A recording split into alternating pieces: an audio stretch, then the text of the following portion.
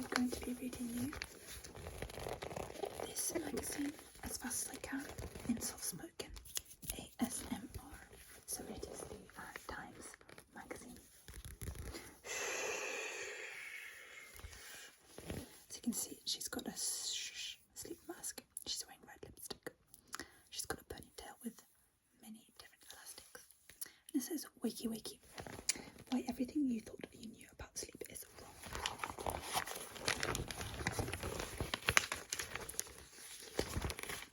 Okay.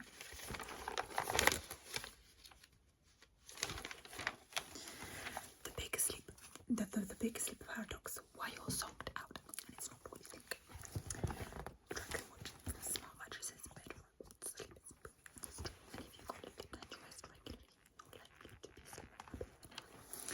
So why are we getting worse at sleeping? Not better. Time science and a term Tom Whipple.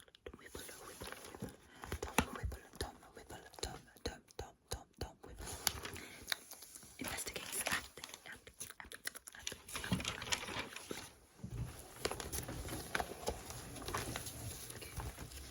but when commercial sleep trackers Simon Kyle from Oxford University said he gave wearable devices to people who had already had sleep problems and told them that he was going to see how their performance in the day was affected by the sleep the night before.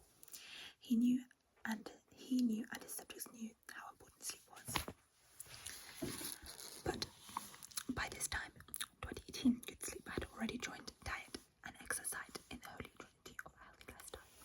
Study after study had showed how sleeping badly affected our health, both physical and mental. It impaired both day-to-day and long-term cognitive performance. Poor sleepers got fatter, sadder, sicker, and stupider. Poorer, fatter, sadder, sicker, and stupider. Poorer, fatter, sadder, sicker, and stupider. So it was not surprising that 8 hours had become the new 5-8 day. 5-8 day. 5-5-5. 1, 2, 3, 4, 5. 1, 2, 3, 4, 5. 1, 2, 3, 4, 5. 1, 2, 3, 4, 5. 5-8 day. 6 years later, and we now have watches, eye masks, and rings that have been repurposed to log sleep. We can put phones under our pillows to listen out for sleep apnea, and smart maps under our sheets to track tossing and turning. Tossing and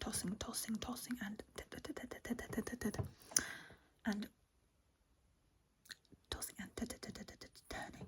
And then there are the remedies. You can buy weighted blankets to put above you for £3,000. Temperature controlled mattresses for below. Heating and cooling to match your core body requirements for each cycle of sleep. TikTok.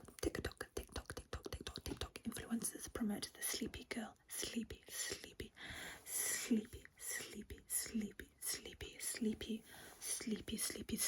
girl mocktail, a supposedly sleep-inducing drink that very much lacks the now verboten but more traditional sleep inducer, alcohol. It is easy to mock. Something our ancestors did without thinking has become app controlled, and very, very lucrative.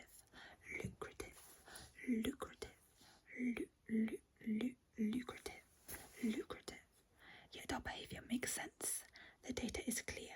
The better sleep means better sleep.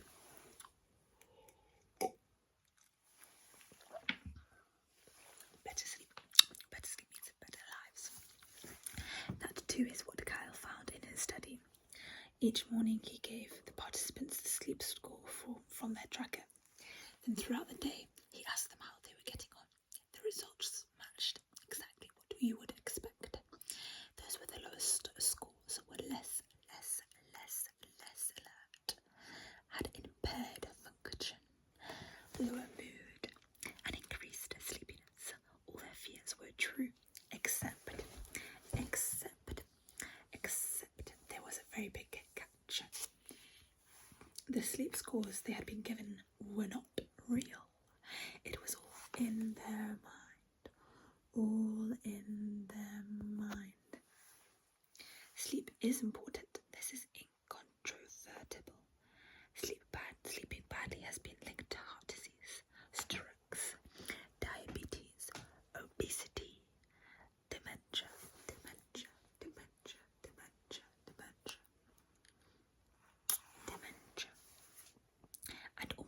any other modern disease you can care to mention. How much of what we are doing to improve it is helping? And is our anxiety about it becoming counterproductive? In 1989, the actress Helen Mirren explained her morning routine.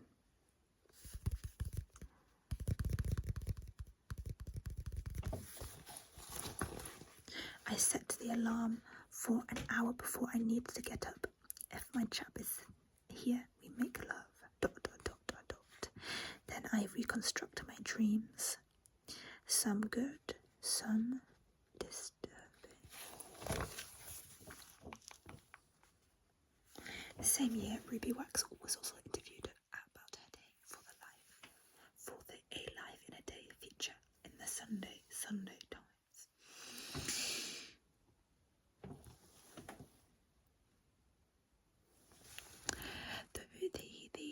These people start their day with some lemon juice, muesli and bran. Who are they? She asked. They are not part of my world. Neither is 6 a.m. I have no idea what 6 a.m. looks like. She didn't so much wake up, she said, as gradually emerged.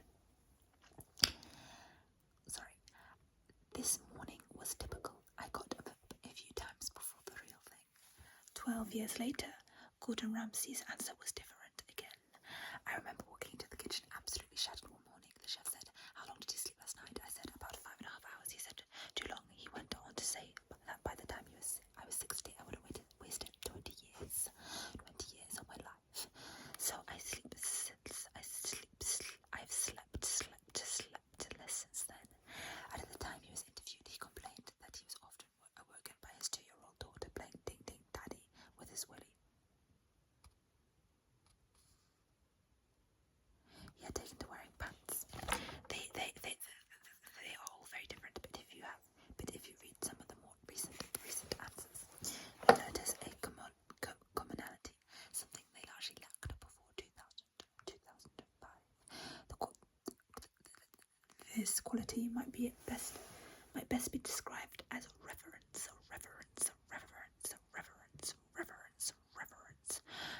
For today's respondents, sleep isn't something to be defied, but deified. Not indulged, but improved. Sleep is there to be protected, logged, and nurtured. In 2021, the actor Orlando Bloom was featured in the same column. I have a smart ring sleep tracker, and the first thing I do is look at the app to see if I've had a good sleep and to check my readiness for the day. And he takes some green powders and brain octane oil. What would Ruby Wax think of that before going to bed in time to ensure it's 8 hours? I'm happy, and so is my sleep tracker. Since the turn of the century, sleep has become more serious. It has done so in part because sleep is indeed serious. For some conditions, poor sleep is clearly a cause. For others, it can be a useful symptom. For many, it is both. Mental health problems have increased over the past decades, and I think that's probably tracking to these changes in sleep. Dell says, sleeping badly can lead to depression. Being depressed can lead to staying inside. Being inside means you lack the light exposure or exercise, so that leads to good sleep. Sleep has also become serious because, at least anecdotally, we are getting worse at it. The level of complaints seem to be in part an expression of our modern living. I'm going to move.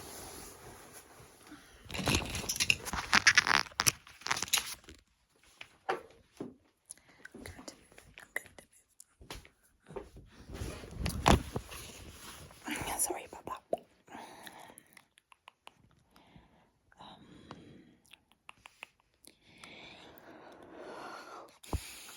It is a consequence of how we use technology to extend the day and at the same time as working in buildings that extend the night. We work indoors, so we use artificial light in the office. are smushed into an endless crepuscular existence. Yet this existence is also